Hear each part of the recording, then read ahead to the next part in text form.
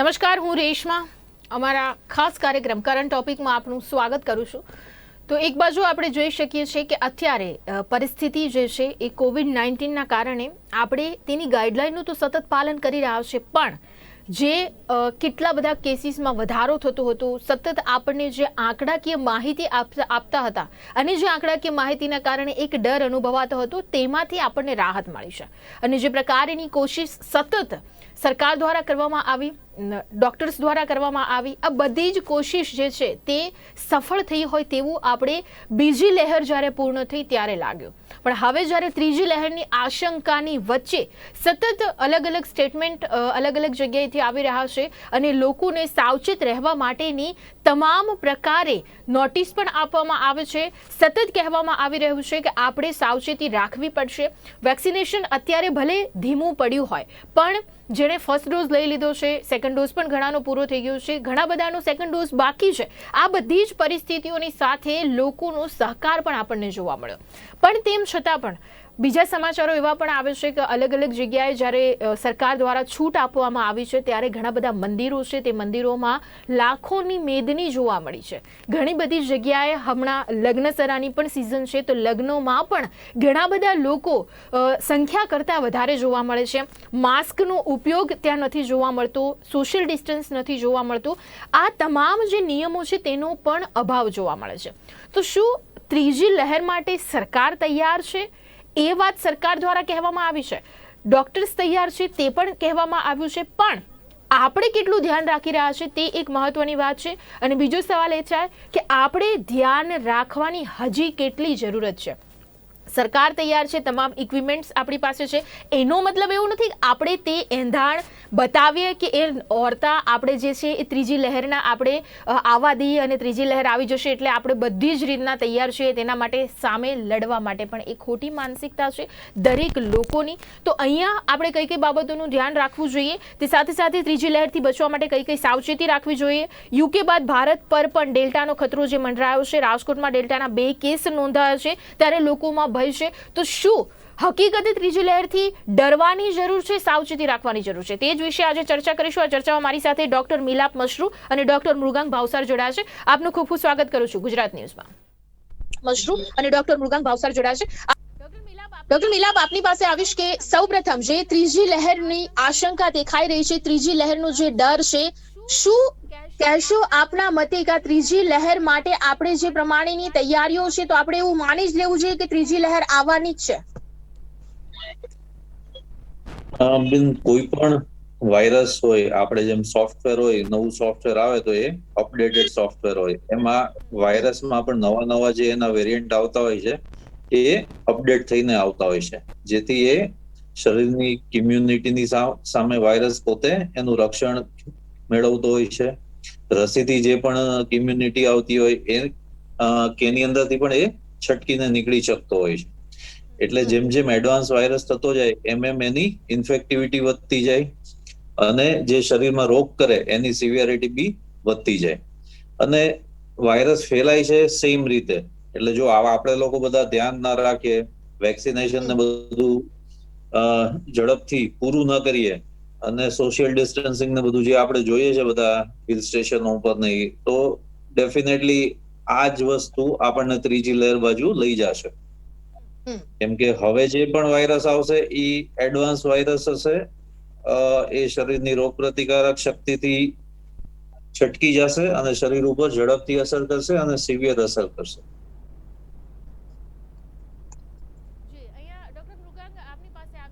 Doctor મૃગાંક, આપની પાસે આવીશ કે જે પ્રકારે આપણે જોઈ શકીએ છીએ કે અત્યારે લોકો વેક્સિન જેને ફર્સ્ટ ડોઝ સેકન્ડ ડોઝ પણ પૂરો થઈ ગયો છે તે લોકો હવે બિંદાસ ફરી રહ્યા છે અને તેમના મનમાં એવું આવી ગયું છે કે અમને કોરોના હવે નથી થવાનો। તો આ માનસિકતા રાખવી કેટલી સાચી?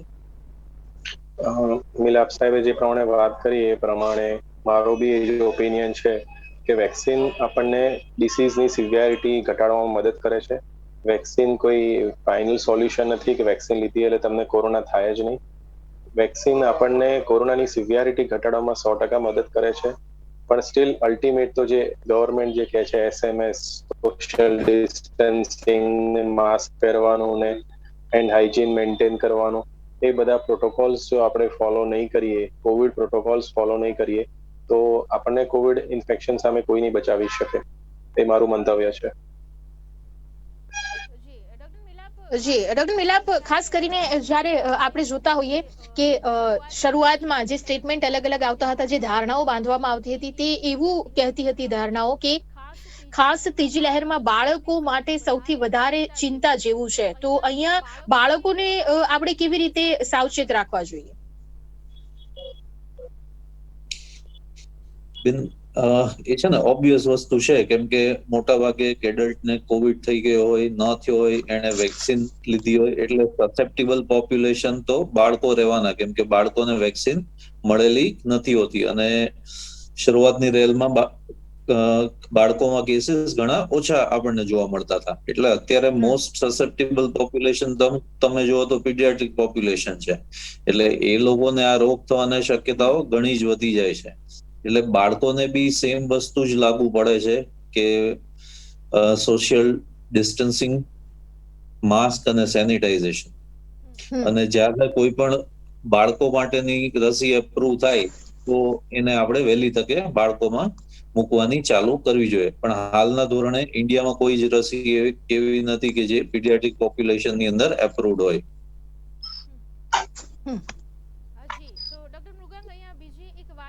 મૃગાંક, અહીંયા બીજી એક વાત છે કે ખાસ કરીને આપણે જોઈએ છીએ કે નિષ્ણાંતોનો જે દાવો જે છે અહીંયા કોવિશિલ્ડ અને કોવેક્સિન, તો એના માટે આપણે કેટલા શ્યોર કહી શકીએ કે કોવિશિલ્ડ અને કોવેક્સિન માટે જેણે લીધી છે તે લોકો સિક્યોર છે એવું આપણે માની લેવું જોઈએ? મેડમ, પહેલા પણ છે ને, દરેક વેક્સિન માટે એક જ વસ્તુ માનવામાં આવે છે કે વેક્સિન તમને, ચાહે સ્વાઇન ફ્લૂની વેક્સિન હોય કે કોરોનાની વેક્સિન હોય, વેક્સિન તમને રોગ સામે નથી બચાવતી, પણ રોગની સિવિયરિટી સામે બચાવે છે. એ કદાચ તમે જો આઈસીયુમાં દાખલ થવાના છો તો વોર્ડમાં મેનેજ થઈ જશો, વોર્ડમાં દાખલ થવાના છો તો તમે ઓપીડી પર મેનેજ થશો, અને કદાચ એકદમ માઇલ્ડ ઇન્ફેક્શન હશે તો તમે ઘરે પણ સાજા થઈ જશો.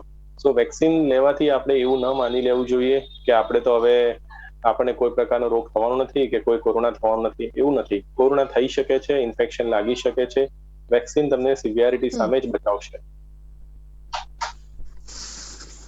જી, અહીંયા ડોક્ટર મિલાપ, એક બીજી પણ વાત છે કે આપણે ખાસ ત્રીજી લહેર માટે જે સ્ટેટમેન્ટ પણ એવું આવ્યું છે કે ત્રીજી લહેર માટે પૂરેપૂરા ઘર, પૂરા એપાર્ટમેન્ટ અહીંયા ખાસ કરીને તેમને સંક્રમણ થઈ શકે છે, તે સંક્રમિત થઈ શકે છે. તો એ વાતનો ભય રાખવો અહીંયા જરૂરી છે કે એમાં સાવચેતી શું રાખવી અહીંયા જરૂરી રહેશે?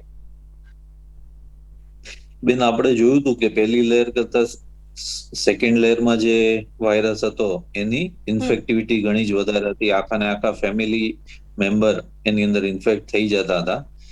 હવે જેમ વાયરસ એડવાન્સ થાય એમ એ પોતાના સ્ટ્રક્ચરમાં ચેન્જીસ કરે કે જેથી એની ટ્રાન્સમિટ થવાની કેપેસિટી હોય એ એની ઘણી વધી જતી હોય છે. એટલે આની અંદર 100% એવું થઈ શકે કે એક જણાને ઇન્ફેક્શન થયું હોય તો એ બહુ જ ઝડપથી એના ઘરવાળા અને આજુબાજુના પાડોશીને બધાને ફેલાઈ જાય, અને પછી એકને લાગે એટલે બીજાને તરત જ લાગી જતું હોય. એટલે આમાં આપણે 100% આમાં બચવાનો એક જ રસ્તો છે, સોશિયલ ડિસ્ટન્સિંગ, માસ્ક અને સેનિટાઇઝેશન અને વેક્સિનેશન. ડોક્ટર મૃગાંક, બીજી પણ વાત છે અહીંયા કે ખાસ અત્યારે આપણે હિલ સ્ટેશન અને મંદિરોમાં જે ભીડ જોઈ રહ્યા છીએ, તો લોકોને એવું થઈ ગયું છે કે અમે અત્યારે સેફ છીએ અને એ જગ્યાએ અત્યારે સોશિયલ ડિસ્ટન્સ પણ નથી દેખાતું. તો શું ત્રીજી લહેરને આવકારવા માટે આ બધી ભીડને આપણે કારણ માનીશું? 100% મેડમ. એમાં એવું છે ને કે બધાને એવું ફીલ આવી ગયું છે કે ભાઈ કોરોના, કારણ કે આંકડાકીય માહિતી જોઈએ તો છેલ્લા 2-3 દિવસથી અમદાવાદમાં પણ સિંગલ ડિજિટમાં ફિગર્સ આવી રહ્યા છે, અને એના કારણે એને ધીરે અનલોક પણ થવા માંડ્યું છે. સો બધાને એવો કોન્ફિડન્સ આવી ગયો છે ભાઈ હવે તો કોરોના જતો રહ્યો, હવે કોઈ પ્રોબ્લેમ છે નહીં. એટલે બધા જે 2-3 મહિનાથી લોકડાઉનમાં ફ્રસ્ટ્રેટ થયેલા હતા, કંટાળેલા હતા, એ બધા જ હિલ સ્ટેશન તરફ ને મંદિરો તરફ બધા ડાયવર્ટ થવા માંડ્યા છે. અને ત્યાં જ લાસ્ટ ટાઈમ પણ આ જ પ્રોબ્લેમ થયા હતા. લાસ્ટ ટાઈમ પણ આ જ ઇવેન્ટ્સના લીધે, આ પ્રોબ્લેમ્સના લીધે થઈને જ કોરોના પાછો આવ્યો હતો. એટલે સાહેબે જે વાત કરી, હું પણ એ જ વસ્તુ કહીશ કે SMS, હેન્ડ સેનિટાઈઝર, માસ્ક અને સોશિયલ ડિસ્ટન્સ, અને જેટલું બને એટલું ઝડપે પોતાનું વેક્સિનેશન કરાવીશું નહીં તો કોરોનાની લહેરનો તો કોઈ અંત જ નથી. જી ડોક્ટર મિલાપ, અહીંયા ફર્સ્ટ ડોઝ અને સેકન્ડ ડોઝ જેણે લીધા એવા ઘણા બધા કેસ પણ સામે આવ્યા હતા કે એમને પણ કોરોના થયો હતો. અને આપને ખ્યાલ જ હશે કે લોકોની અંદર માનસિકતા એવી હતી કે એ કારણોસર કે વેક્સિનેશન પણ કોરોનાને અટકાવી શકતું નથી. તો આપણે એ વાતને કેવી રીતે અવેરનેસ તરીકે લઈશું? બેન, વેક્સિનેશન થાય એટલે એ 70% કેસમાં તમને માઇલ્ડ ડિસીઝ થી છે ને બતાવે છે. એટલે તમને 30% કેસ છે કે ચાન્સીસ છે કે તમને કોરોના થઈ શકે, અને તમને કદાચ માઇલ્ડ ડિસીઝ હોય પણ તમે તમારા ઘરમાં રહેતા મોટી ઉંમરના તમારા ફાધર મધર ને તો એ ટ્રાન્સમિટ કરવાના જ છો. અને રાઈટ. વેક્સિનેશન લ્યો એટલે તમારામાંથી કોરોના બીજાને ટ્રાન્સમિટ થાય એવું બિલકુલ જ નથી. એના ચાન્સીસ ઓછા થઈ જાય છે, સાવ નીલ તો થતું જ નથી. એટલે તમારે વેક્સિનેશન લીધું હોય છતાં પણ જે બેઝિક પ્રિકોશન છે, સોશિયલ ડિસ્ટન્સિંગ, માસ્ક, સેનિટાઇઝેશન, એ તો તમારે પાલન કરવું જ પડે. વેક્સિન ખાલી તમને, જેમ સાહેબે કીધું છે, ભાવસાર સાહેબે, કે સિવિયર રોગ સામે પ્રોટેક્શન આપે છે. તમને આઈસીયુમાં જતા તમને બચાવે છે, તમને કોરોનાથી થતા મૃત્યુથી તમને બચાવે છે, પણ માઇલ્ડ ડિસીઝ કે તમને ડિસીઝ બીજાને ટ્રાન્સમિટ થતા બચાવતું નથી. એટલે વેક્સિનેશન લઈએ તો એનાથી બે જ ફાયદા છે કે you are protected from the severe disease and the death from the COVID. Yes. જી ડોક્ટર મૃગાંગ, એક બીજી પણ વાત કે હવે આપણે જોઈ શકીએ છીએ ધીરે ધીરે અનલોક થવા લાગ્યું છે. શાળા અને કોલેજ પણ 50%માં હવે ખુલવા લાગ્યા છે. એવા પણ નિયમો હવે ધીરે ધીરે આવી રહ્યા છે. પણ બાળકોની ખાસ કરીને આપણે જો વાત કરીએ, યુવાનોની જો અહીંયા વાત કરીએ, તો ત્રીજી લહેર માટે એમને સૌથી વધારે કઈ બાબતોનું ધ્યાન રાખવું અહીંયા જરૂરી રહેશે? મેડમ, જે ફર્સ્ટ વેવ આવ્યો ને તેમાં આપણે most vulnerable population beyond 60 years કે બિયોન્ડ 55 યર્સ હતા. એટલે જ આપણે ફર્સ્ટ ફેઝમાં સરકારશ્રીએ એ લોકોનું મેક્સિમમ વેક્સિનેશનનો ફોકસ કર્યો. અને એના જ કારણે જે સેકન્ડ વેવ આવ્યો એમાં જે બિયોન્ડ 18 યર્સ કે 18 to 45 યર્સ વાળાને મિનિમમ વેક્સિનેશન થયેલું, અને એ લોકો જ મેક્સિમમ વલ્નરેબલ થયા. ડેથ રેશિયો પણ તમે કમ્પેર કરશો તો સિનિયર સિટીઝન્સની કમ્પેરિઝનમાં યંગ જનરેશન 18 to 45માં વધારે જોવા મળ્યો. સો ડેફિનેટલી અત્યાર સુધી પીડિયાટ્રિક્સ પોપ્યુલેશનમાં તો કોઈ વેક્સિનેશન થયું જ નથી. અને ફેમિલીમાં જે સેકન્ડ વેવમાં જે ફાસ્ટ ટ્રાન્સમિસિબિલિટી હતી એના એકોર્ડિંગ એ એટલો ઝડપથી પ્રસરતો હતો કે પીડિયાટ્રિક પોપ્યુલેશન ઘરમાં હોવાની હશે તો કોઈ એડલ્ટને થશે તો પીડિયાટ્રિકને થવાનું જ છે.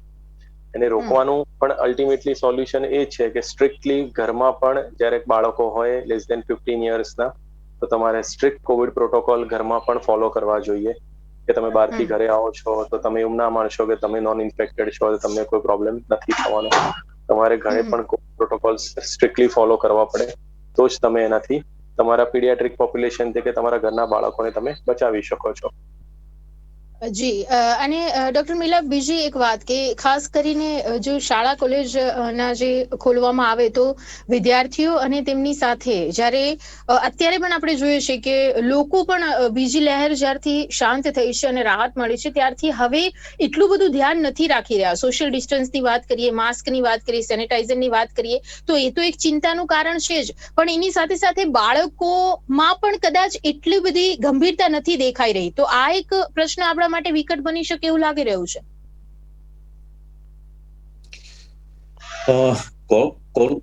જો આપણે કોલેજોને ખોલવી હોય તો આપણે એટલું મેક શ્યોર કરવું પડે કે કોલેજમાં જે પણ વિદ્યાર્થીઓ આવવાના છે એમને પેલા વેક્સિનેશન અપાઈ જાય. એમના જે ટીચર્સ હોય એ લોકોને પણ વેક્સિનેશન અપાઈ જાય.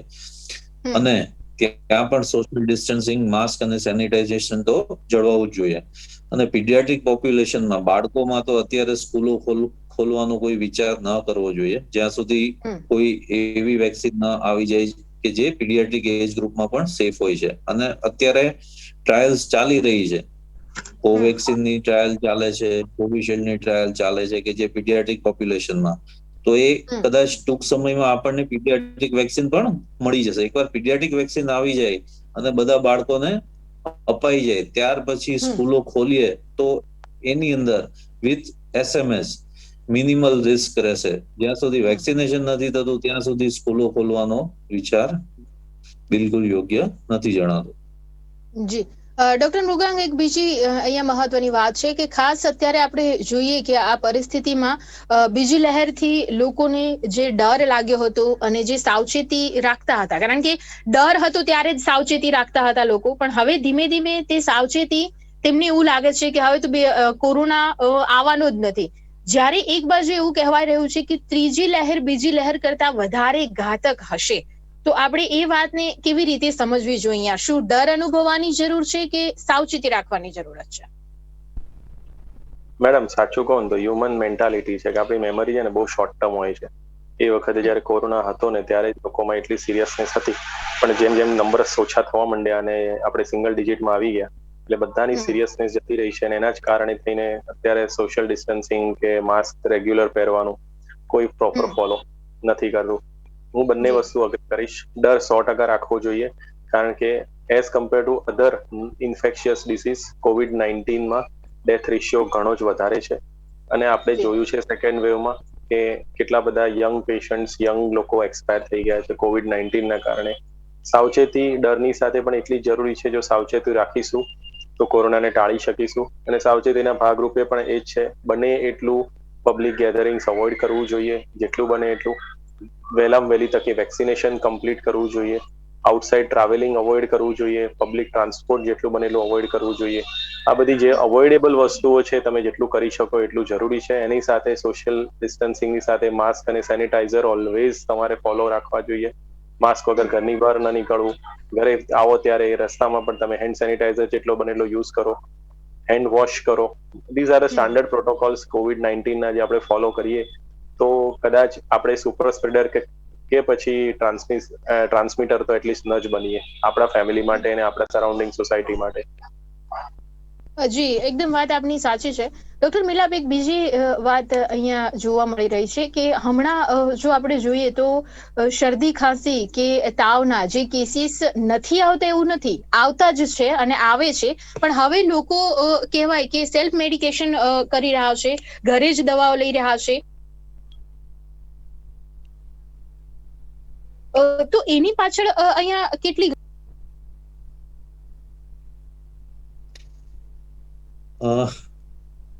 આની અંદર છે ને કોવિડમાં પણ શરૂઆતના જે સિમ્ટમ્સ હોય છે માઇલ્ડ ડિસીઝમાં, એ શરદી ખાંસીને એવું જ હોય છે. પણ પરિસ્થિતિને જાણમાં જોતા દરેક શરદી ખાંસીના કેસમાં એકવાર કોવિડ ટેસ્ટિંગ કરાવી લેવું બહુ જ જરૂરી છે. કોવિડ ટેસ્ટિંગ આપણે સરકારી હોસ્પિટલોમાં તો ટોટલી ફ્રી થાય છે. સરકારી આરોગ્ય કેન્દ્ર પર ફ્રી થાય છે. એટલે સામાન્ય શરદી ઉધરસના કેસીસમાં પણ જો લોકો પોતાની જાગૃતતાથી કોવિડ ટેસ્ટ કરાવે, પોતે આઇસોલેશનમાં રહે, તો એ આપણા માટે બહુ જ સારું છે. અને બને ત્યાં સુધી એમના ફિઝિશિયનને એમણે દેખાડી દેવું જોઈએ. અમે લોકો તો જે પણ શરદી ખાંસીના કેસ હોય સિમ્પલ, એનું પણ કોવિડ ટેસ્ટિંગ કરાવી લઈએ છે. એનાથી ટ્રીટમેન્ટમાં ફેર આપણને નથી પડતો, પણ આપણે એને પ્રોપર આઇસોલેશનની એડવાઇસ આપી શકીએ અને એ બીજાને ટ્રાન્સમિટ થતા અટકાવી શકે. એ કારણથી કોવિડ ટેસ્ટિંગ કરવું બહુ જ જરૂરી છે અત્યારે. જી, ડોક્ટર મૃગાંક, આ વાતને જો આપણે યુવાનોમાં અને બાળકોમાં જો સમજવી હોય કે કદાચ તેમને શરદી ખાંસી કે તાવ એવા પ્રકારના સિમ્ટમ્સ દેખાઈ રહ્યા છે, તો શું કાળજી રાખવી જરૂરી બનશે? જે મિલાપ સાહેબે વાત કરી ને પણ હું ટોટલી અગ્રી કરું છું કે લાઇન ઓફ ટ્રીટમેન્ટમાં જો માઇલ્ડ ડિસીઝમાં કે ઓપીડી બેઝ પર પેશન્ટમાં લાઇન ઓફ ટ્રીટમેન્ટમાં બહુ મેજર ફરક ના પડે, પણ જો તમે પ્રોપર ડાયગ્નોસિસ તમારી પાસે હોય તો તમે એને ઘરે હોમ આઇસોલેશનમાં ટ્રીટમેન્ટ કરી શકો. અને મોસ્ટ ઇમ્પોર્ટન્ટ કે they will not become super spreaders, જેના કારણે તેને સોસાયટીમાં, એના સરાઉન્ડિંગમાં, એના મિત્રોમાં કે કોઈ જગ્યાએ સુપર સ્પ્રેડર બનીને કોમ્યુનિટી ટ્રાન્સમિશન ને તમે રોકી શકો. અને સાવચેતીના ભાગરૂપે બી આ જ વસ્તુ છે કે તમને જો આવા કોઈ પણ પ્રકારના સિમ્ટમ જણાય, શરદી ખાંસી તાવ ઝાડા કે પછી લાંબા સમયથી ખાંસી હોય, સૂકી ખાંસી હોય કે એવા કોઈ પણ પ્રકારના કોરોનાના લક્ષણો જણાય, તેને ઇગ્નોર ના કરવા જોઈએ. તમે તમારા ફિઝિશિયન, તમારા ડોક્ટર સાહેબને એકવાર મળી લો અને એટલીસ્ટ ટેસ્ટ કરાવી લો. તમને ખબર પડે કે આ સિમ્ટમ હોઈ શકે છે કોરોનાના, અને જો હોય તો તમે પ્રોપર સેલ્ફ આઇસોલેટ થાઓ અને ડોક્ટરની સલાહનું પાલન કરો. જી, ડોક્ટર મિલાપ, એક બીજી પણ વાત છે કે જ્યારે આપણે કોરોના એકદમ હાઈ પીચ ઉપર હતો ત્યારે સૌથી વધારે આયુર્વેદ અને એની સલાહ આપવામાં આવતી હતી અને આયુર્વેદિક ના કારણે લોકોને ઘણો ફાયદો પણ થયો છે, આપણે એવું માની શકીએ. પણ અત્યારે પણ લોકો જ્યારે જો સિમ્ટમ્સ કદાચ એમને દેખાય છે તો હજી ડર અનુભવે છે કે કદાચ અમે રિપોર્ટ કરાવીશું અને કોરોના આવશે તો એની માટે ખાસ સલાહ અહીંયા આપ શું આપશો? કોરોનાથી ડરવાનો કોઈ સ્કોપ જ નથી. તમને સિમ્ટમ્સ હોય તો તમારે કોવિડ ટેસ્ટ કરાવી લેવો જોઈએ. એની જે પણ કઈ ટ્રીટમેન્ટ હોય એ તમારે કરવી જોઈએ. માઇલ્ડ કેસીસમાં તો બહુ કઈ મેજર ટ્રીટમેન્ટ હોતી નથી, પણ મોડરેટ કેસીસ હોય તો એની અંદર અમુક ટ્રીટમેન્ટ જે હોય છે એ આપણે કરવી પડે. મેઇન તો કોરોના ટેસ્ટિંગ કરાવવાનો એક જ પર્પસ છે કે તમે બીજાને સ્પ્રેડ થતા પ્રિવેન્ટ કરો. એટલે કોવિડ થી ડરીને એના લક્ષણો છુપાવીને કોઈ જ મતલબ નથી. તમને સિમ્પલ લક્ષણો બી દેખાતા હોય તો તમે તાત્કાલિક ટેસ્ટિંગ કરાવો. એ તમારા ફેમિલીને બી પ્રોટેક્ટ કરશે, તમારા આડોશી પાડોશીને બી પ્રોટેક્ટ કરશે જો તમને કોવિડ હોય તો. એટલે કોવિડ થી ડરવાનો કોઈ જ મતલબ નથી. તમે સામે આવીને કેનો ટેસ્ટિંગ તમારે કરાવી લેવો જોઈએ. અને અત્યારે ટેસ્ટિંગ રેપિડ ટેસ્ટ તો બહુ જ ઇઝીલી અવેલેબલ છે અને સરકારી હોસ્પિટલોમાં, સરકારી આરોગ્ય કેન્દ્રોમાં એ ફ્રી ઓફ કોસ્ટ થાય છે. જી ડોક્ટર મૃગાંક, આપનું શું કહેવું છે આ વિષય પર? મેડમ, હું પણ સાહેબે જે વાત કરીને એ જ બિલીવ કરું છું કે ટાઈમલી ટેસ્ટિંગ કરાવીશું ને તો જ તમે સુપર સ્પ્રેડર બનતા અટકશો અને તો જ આપણે આ રોગનું કમ્યુનિટી ટ્રાન્સમિશન પ્રિવેન્ટ કરી શકીશું. દરેક પ્રકારના રોગ થાય જ છે, દરેક રોગ માટે આપણે ડોક્ટર પાસે જઈએ છીએ અને ડોક્ટર ટ્રીટમેન્ટ આપે છે, આપણે ટ્રીટમેન્ટ લઈએ છીએ. તો સેમ વે કોરોના પણ એક પ્રકારનો રોગ છે જે ટ્રીટેબલ છે, જો ટાઈમલી આપણે એને ઇન્ટરવીન કરીએ. લોકોમાં ડર એ પ્રકારનો છે કે જો મને કોરોના થશે, હું જણાવીશ, મારે આઇસોલેટ થવું પડશે, અને એ ડરથી એ લોકો પ્રોપરલી ડોક્ટર પાસે નથી જતા અને ટ્રેસ નથી કરાવતા અને એના જ કારણે કન્ડિશન બગડે છે. અને 6, 7, 8મા દિવસે જ્યારે લંગ ઇન્વોલ્વમેન્ટ ને બધું આવે છે તો પછી સીધું આઈસીયુમાં કે હોસ્પિટલ એડમિશન ને બધા પ્રોબ્લેમ્સ ને હાયર મેડિસિન્સ ને બધું યુઝ કરવાનો વારો આવે છે. સો સેકન્ડ વેવમાં તમે બહુ ક્લિયરલી જોયું કે રોગને વકરતા વાર નથી લાગતી. તો જેટલું જલ્દી ડાયગ્નોસ થશે એટલી ફટાફટ એની ટ્રીટમેન્ટ થશે. તો કદાચ તમે ઘરે કે સ્પેશિયલી વોર્ડમાં તમે રહીને ટ્રીટમેન્ટ કરાવી શકશો અને ઓક્સિજન રિક્વાયરમેન્ટ એવા બધા પ્રશ્નો નહીં ઉભા થાય. જી જરૂરથી. તો આપણી પાસે સમય અત્યારે સમાપ્ત થયો છે. દર્શક મિત્રો, મહત્વની વાત કે ત્રીજી લહેર એમ નેમ નહીં આવે, આપણી બેદરકારીના કારણે આવશે, પણ આપણે ધ્યાન રાખીશું પૂરેપૂરું કે સોશિયલ ડિસ્ટન્સ, માસ્ક અને સેનિટાઈઝર નું જો સતત જે પ્રમાણે કહેવામાં આવે છે, ડોક્ટર્સ દ્વારા સલાહ આપવામાં આવે છે, તેવી રીતે ઉપયોગ કરીશું તો જરૂરથી આપણે ત્રીજી લહેરથી પણ બચી શકીશું અને કોરોનાને માત આપી શકીશું. અને બીજું કે જેવી રીતના ડોક્ટર મૃગાંક અને ડોક્ટર મિલાપે કહ્યું તેવી રીતે કે ડરવાની કોઈ જરૂરત નથી. કોવિડ ટેસ્ટ જો આપને સિમ્ટમ્સ લાગે છે તો જરૂરથી કરાવો. કદાચ આપણને થોડા દિવસમાં જ 2-5 દિવસની અંદર જો તમે રિપોર્ટ કરાવી લો છો તો તમે જે ટ્રીટમેન્ટ બહુ ડર લાગે છે જેવી ટ્રીટમેન્ટ તેવી નહીં કરાવવી પડે અને સામાન્ય ટ્રીટમેન્ટથી પણ આપ સારા થઈ શકો છો. એટલે હવે ડરવાની કોઈ જરૂરત નથી. પણ જો લક્ષણો દેખાય છે તો જરૂરથી આપના ડોક્ટરની પણ સલાહ લેવી બહુ જ જરૂરી છે. તો જ આપણે આવનારા સમયમાં જે ત્રીજી લહેરની આશંકા અને જે ભય દેખાઈ રહ્યો છે તેનાથી બચી શકીએ. આ તમામ પ્રકારની ચર્ચાઓ મારી સાથે ડોક્ટર મૃગાંક અને ડોક્ટર મિલાપ જોડાયા હતા. Thank you very much. Thank you. તો દર્શક મિત્રો, ફરીથી મળીશું. ત્યાં સુધી મને રજા આપશો. નમસ્કાર.